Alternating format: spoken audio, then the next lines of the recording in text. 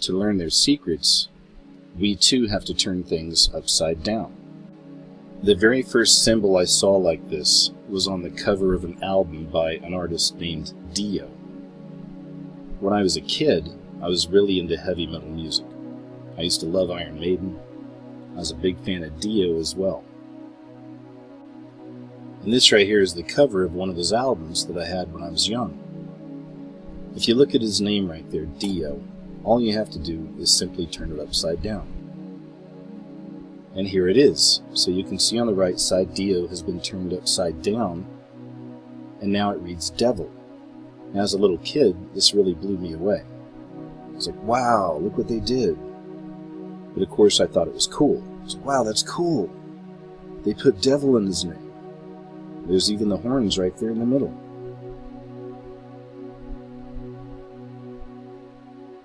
But of course, as years have gone on and now I can understand all this a little bit better, I realize that it's not cool. But it's the truth. It's how these occultists work. This is a very simple idea. This is a very simple principle, but it's incredibly important for us to understand if we're going to learn. This is a very simple principle, but it's incredibly important, I believe, for us to understand. And certainly, in these days we're in right now, most of us can see this and understand what time it is. Most of us see this kind of thing all around us. We can't expect everyone to, because there's a lot of sleepers out there. And some of these people are never going to wake up to it. They don't want to. The modern depiction of the Baphomet appears to take its roots from several ancient sources, but primarily from the pagan gods.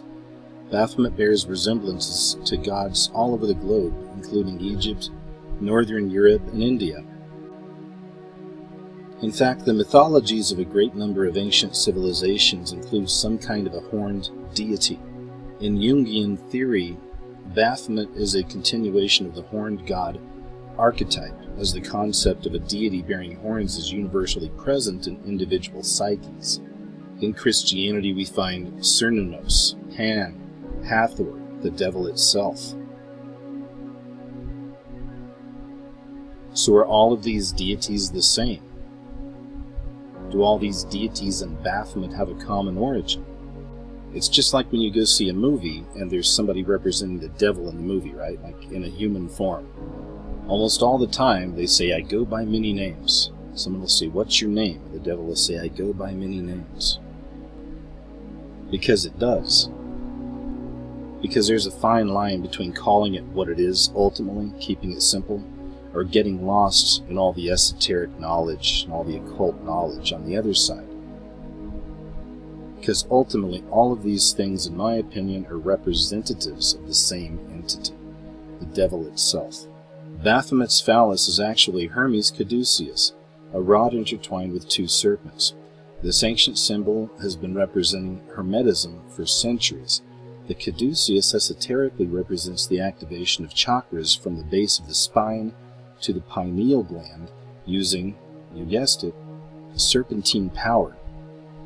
Baphomet's hands form the sign of Hermetism, which is a visual representation of the Hermetic axiom, as above, so below, where the microcosm, or man, is as the macrocosm, or the universe. Therefore, understanding one equals understanding the other.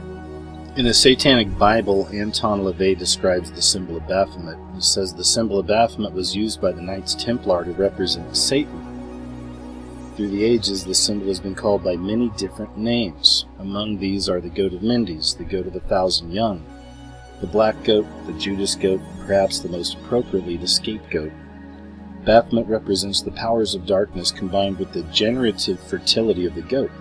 In its purest form, the pentagram is shown encompassing the figure of a man and the 5 points of the star, 3 points up, 2 down, symbolizing man's spiritual nature. In Satanism, the pentagram is also used, but since Satanism represents the carnal instincts of man, or the opposite of spiritual nature, the pentagram is inverted to perfectly accommodate the head of the goat. Once again, it's turned upside down, right? Its horns, representing duality, thrust upwards in defiance, the other 3 points inverted, or the Trinity denied. In 1861, the French occultist Eliphas Levi included in his book Dogmas and Rituals of High Magic a drawing that would become the most famous depiction of the Baphomet. Now I'm going to read something that he had written, and once again this goes back to the idea that the devil goes by many names. Right? So here he says, yes, in our profound conviction, the Grand Masters of the Order of the Templars worshipped the Baphomet and caused it to be worshipped by their initiates. Yes, there existed in the past, and there may still be in the present, assemblies which are presided over by this figure, seated on a throne and having a flaming torch between the horns. But the adorers of this sign do not consider, as do we, that it is the representation of the devil itself. On the contrary, for them, it is that of the god Pan, or the god of our modern schools of philosophy, or the god of Alexandrian logic, the god of the primitive Gnostic schools. So once again, I want to repeat the sentence in the middle there. But the adorers of this sign, the Baphomet, they do not consider, as do we, and he's talking about the initiates, that it is a representation of the devil. We've been conditioned for a really, really long time for all of this that's happening right now, this trans agenda. Right? You may remember this tweet right here from Obama, and this is of course in reference to now Caitlyn Jenner at the time. And this is shortly before Jenner received the Arthur Ashe Courage Award during the 2015 ESPY Awards back in July of 2015. Caitlyn's, quote, courage was deemed superior to Lauryn Hill, which was a college athlete who had played basketball despite an inoperable brain tumor and who died. I add that little bit in just so you can understand the ridiculousness of this. But more importantly, how important this agenda is to the beast system. This was Conchita Wurst, and he was the winner of Eurovision 2014. So this is just a couple of years ago. But now, looking back, you can see where it was setting the groundwork for where we are now. And the song that won the award was all about the rising of the phoenix. But in its most simplistic form, it really is just the burning away of the old and the bringing in of the new. So obviously we can see that symbolically with a trans agenda, right? Turning away from the way you were made, turning away from your creation, the way you were created, and then turning into something else, something that you decide. Here's an image of Conchita with, of course, these strategically placed antlers. And we see this kind of stuff all the time as well, right? It's always back to the horns, always goes back to the horns. In occult secret societies, the highest stage of illumination is achieved through the internalization of duality and the equilibrium between opposing forces. That's good and evil, active and passive, male and female. You could even consider this the good and evil inside each and every one of you. Which side do we choose? This concept is symbolically represented by the horned hermaphrodite god Baphomet. It's also represented in alchemical symbolism such as the alchemical androgyny. So we understand the basic symbolism, right? We understand the basic symbolism now of Baphomet. We also understand that ultimately it's a representation of the devil. So I'm just going to show you a few images. And a lot of you have seen these images already, but we can put them more into place now, right? We are constantly being conditioned with the Baphomet. It's not just about the horns either. Really, this goes back to the trans agenda that we see playing out right now. Even Bush played his part. Do you remember him reading My Pet Goat in the classroom on the day that the Twin Towers were attacked? And as I talked about earlier, these Satanists, these occultists, they turn everything upside down. So of course right there you see the picture, he's holding the book upside down. The entire classroom situation on that day was a ritual. I've covered it. Lots of other people have covered it as well. Look into it if you're not sure about this. But the teacher in this classroom actually had the kids speaking out certain words as she told a story. And it was plane, kite, must, hit, steel. S-T-E-E-L. While the Twin Towers were being hit. And if you think all of that was just a coincidence, you might as well not be watching this video. Of course, Bush made another appearance in the classroom, and that's the teacher over there to the right in I Pet Goat 2, which is an animation that, of course, is filled with occult knowledge, and it's deep. It's deep stuff. It covers a lot of things that have already happened, also covers some future events. But here you have George Bush in the animation in the classroom where he was performing the ritual on 9/11, dancing on top of the Baphomet.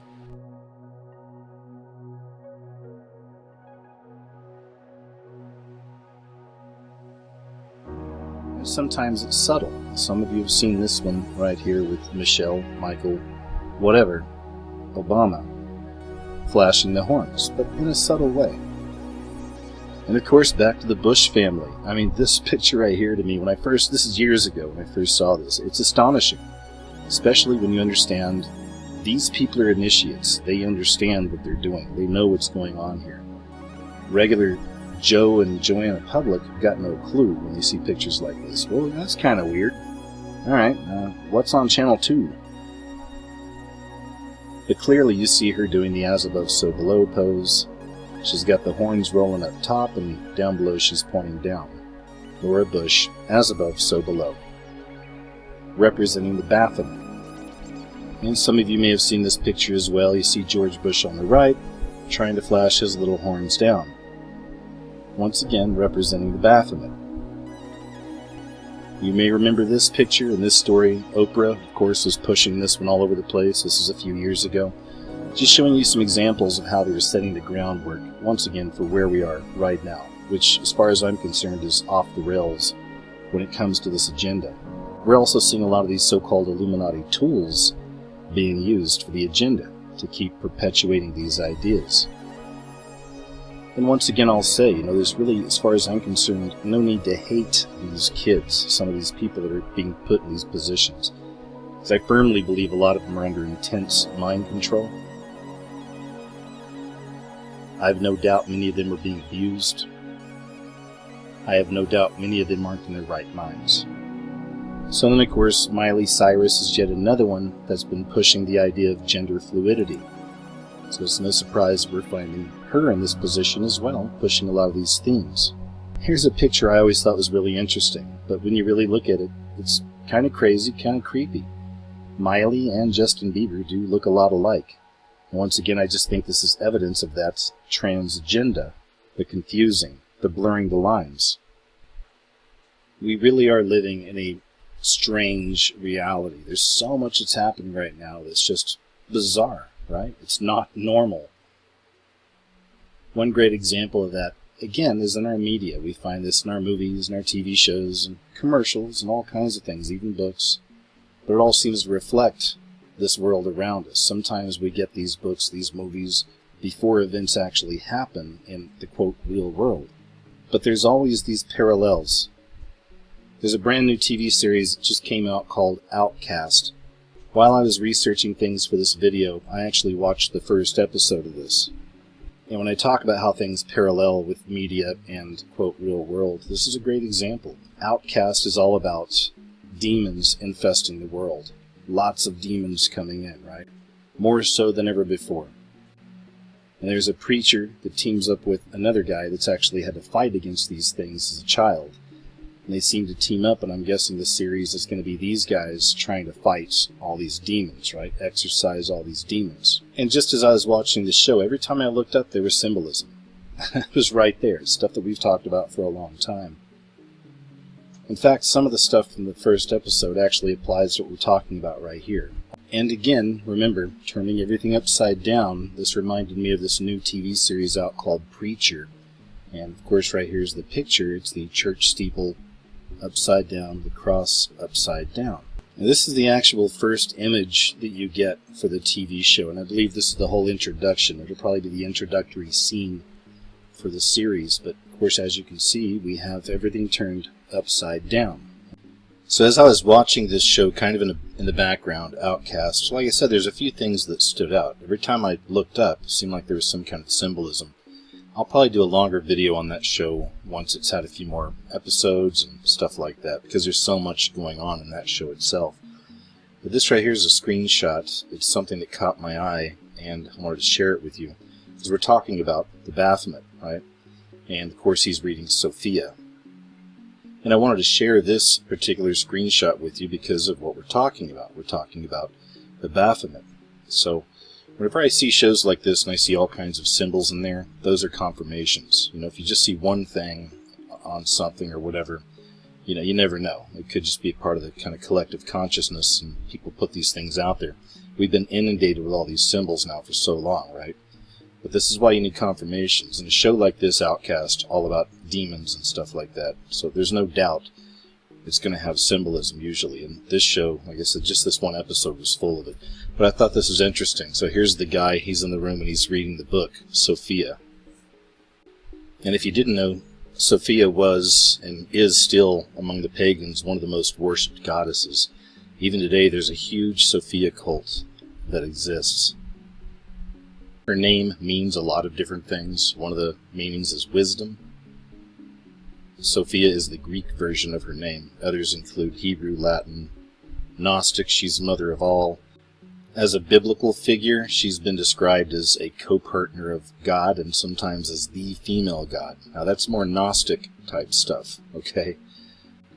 In fact, her origins are almost impossible to trace. She can be traced back to every era, culture, and society. She's the manifestation of the divine feminine and can be linked with practically every other goddess, including Lilith, Isis, Inanna, the list goes on, Ishtar, Sekhmet, Mot, Hera.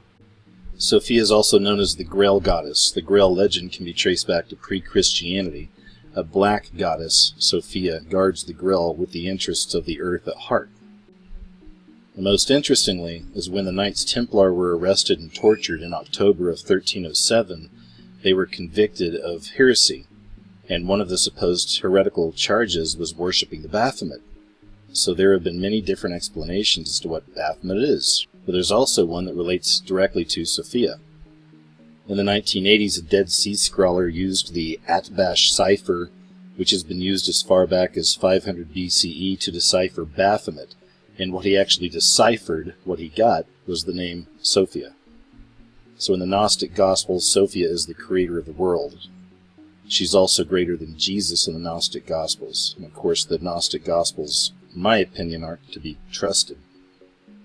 But it's just interesting that we find the Dead Sea Scrolls, the scholar that interpreted these, and he deciphered Baphomet into Sophia. Once again, just another example of how the Baphomet really does permeate all areas of our culture. The Baphomet just being one representation of the devil itself. So we can all agree that the Baphomet is transgendered. It can't be that much of a stretch to see how that's starting to manifest more and more in our world all around us. There's so many stories now of even children coming out and being transgender, switching genders, this gender fluidity idea. But when I see these stories, instead of considering the terms they're using nowadays, gender fluidity and stuff like this, or transsexual, right, or transgender, and understanding what we do about the Baphomet, every time I see these stories, these people might as well be saying, I was born a Baphomet. At least that's how I see it. You've probably heard of Jazz Jennings. This is actually a young boy that's trying to transition into a girl, and this child has their own television series. And that was just one example. I mean, there's tons. And how many different documentaries there are, news stories, TV shows. I'm sure we'll be getting a lot more of those as well. And this is a fairly recent story about a transsexual teen, and once again this was pushing that bathroom agenda. But as I said earlier, we've been conditioned for this for a very long time, even without realizing we were being so conditioned with this idea of the Baphomet, or the transgender. Certainly Bruce Jenner has played his role in all of this. Remember now, these high-level occultists, they love their numbers, they love their dates.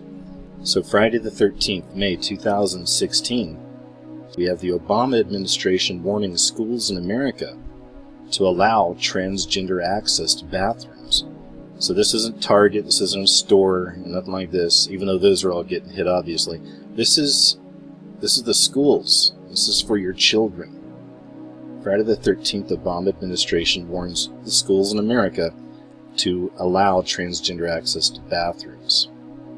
And speaking of Obama, we have, of course, Michelle, or some may say Michael, or Manshell, as a possibility.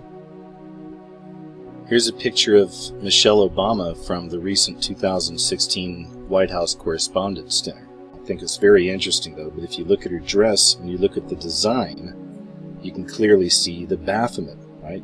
You can see the eyes, you can see the horn.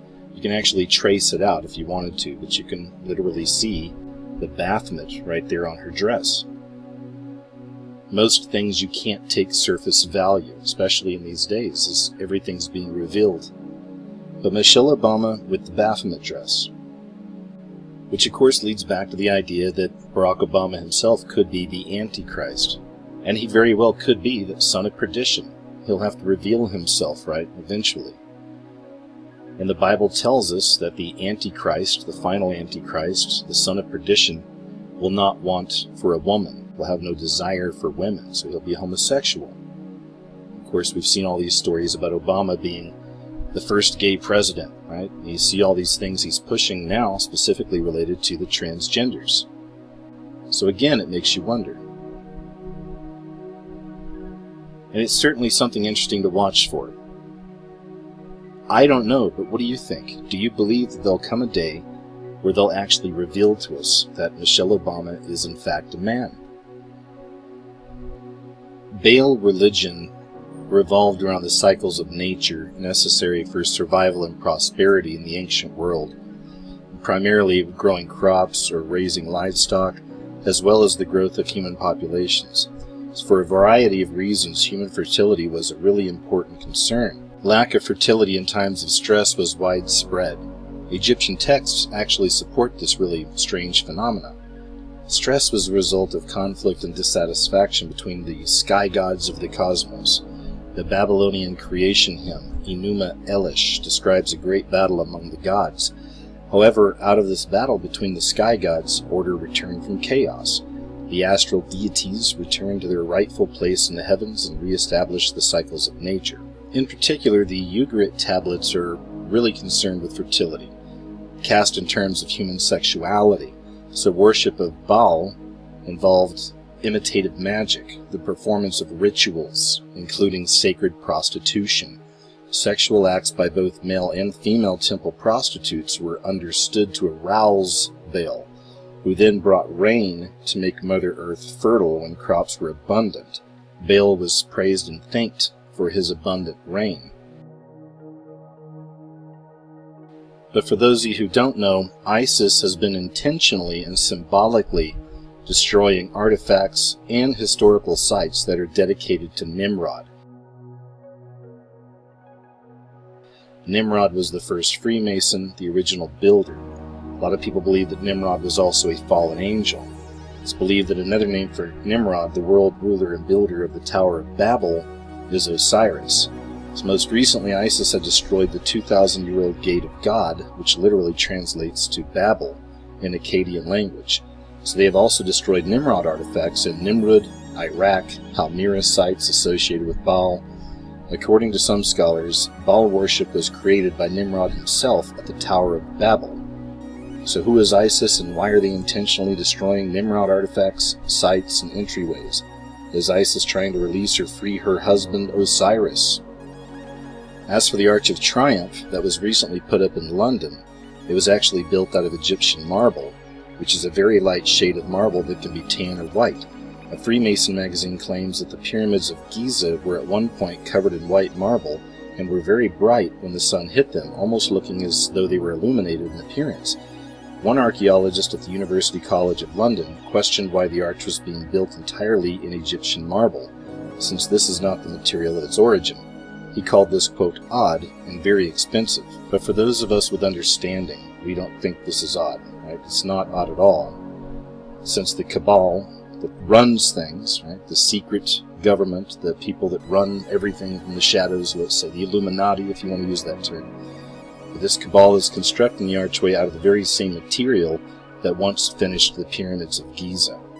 And even more interesting, as far as connections go, the arrival of the full-size replica that they put up in London coincided with an ancient pagan festival that connects the modern replicas with their ancient roots, serving false idols. That was the Beltane Festival. April 19th is not a meaningful date to most people, but to occultists and worshippers of Baal, it is a most auspicious time. Halfway between the spring equinox and the summer solstice, it marked the first day of summer in ancient times, which initiated a 13-day period known in the occult as the blood sacrifice to the beast. This period culminates in Beltane, the major festival for the worship of Baal, or as it is known in the Western world, May Day. The Temple of Baal, built 2,000 years ago to honor the god of orgies and child sacrifice, was the stage for this pagan festival in ancient times. Once again, very interesting that it lines up exactly with the day that they put the arch in London, right? Starting to see the connection there with our history. And Baal, worshipped by the Mesopotamians, was a major influence in ancient times. It was mentioned more than 90 times in the Bible, most notably when Elijah defeated the priests of Baal in a contest to bring down fire from heaven to burn a sacrifice. Baal became the archetypical form of idol worship, you could say. Followers of Baal engaged in bisexual orgies and sacrificed human infants, burning them alive. Pantheistic, they worshipped Mother Nature while denying the existence of a creator. The worshipping Baal and other idols is not especially prevalent in Western culture today. There certainly seems to be an uptick. And all those holidays still persist, taking on different meanings but retaining some of their ancient symbols and meaning. Fertility is symbolized in the westernized version of the May Day holiday by the phallic maypole ceremony. Bonfires, another prominent aspect of May Day celebrations, are reminiscent of the fires used for child sacrifices. And these occultists, these Illuminati, if you will, these Satanists that are running things behind the scenes in the shadows, have been doing these sacrifices ever since, right before our very eyes. Once again, so few people see. Remember this picture right here on the cover of Newsweek? April 19th. We know that's a special day, right? 1995, this was after the Oklahoma City bombing. But they made sure to run this picture on Newsweek of the mutilated child, the bloody child, the blood sacrifice. I thought this was interesting too. They actually ran this story on April 19th from 2011. This is from CNN. What is it about mid-April and violence in America? Now, most of the people in the higher levels of CNN totally know what this is about. I think it's interesting, of course, they put this story out on April 19th. You should check this out. People ask me sometimes what I look for when trying to see if there's some kind of a ritual or something like that taking place. And I always look at the occult holidays, I look at solstices, things like this, and I always look around April 19th and beyond. I know a lot of you do that as well. But if you weren't informed, you should check that out. When those dates roll around, there's always seems to be something out of the ordinary happening. Let's just say that. Right? Typically very violent in nature. In the Bible, in Ecclesiastes, tells us that there's nothing new under the sun. And that's absolutely true. Everything works in cycles. This is why I wanted to show you about the arches and what's important about them coming up now. And the fact they wanted to put them out in the first place. So we know what the Beltane Festival is all about. We know what these arches are all about. We know what these dates are all about. And we can see how all this is lining up. At the same time, the Baphomet is being revealed, is manifesting in people, all kinds of people. These people believe they were born a Baphomet. They would never say that exactly, of course. They just feel they're in the wrong sex. But when we put all this together, we can see what this is. We can see the bigger picture. History is repeating itself right now, and we're certainly in a cycle of destruction. I don't tell you this stuff to scare you. I'm hoping to prepare you. These are very spiritual times, and these are very spiritual things, and this is actual warfare that's taking place. This is a time for your spiritual discernment, because it's all connecting, all this stuff is manifesting. And the only way to truly see it for what it is, and also to have peace with this, to not be afraid, is to have your relationship set with your Heavenly Father, to have a relationship with God. I hope that helps, and I appreciate you checking out the video. So take care out there, folks. Stay aware, and I'll talk to you real soon.